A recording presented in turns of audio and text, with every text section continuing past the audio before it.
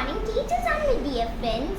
So today I'm going to recite a poem on Mother's Day. My name is Chanchi and I read in third class.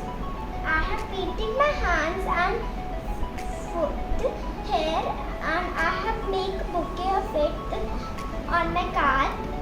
Inside it is a picture of my mom and me, and here's a poem. So here is the poem. My mom is my best friend. She is my super mom. She cooks and clean, wash and fold, keep me warm when I am cold. She drives me here and there. We are everywhere.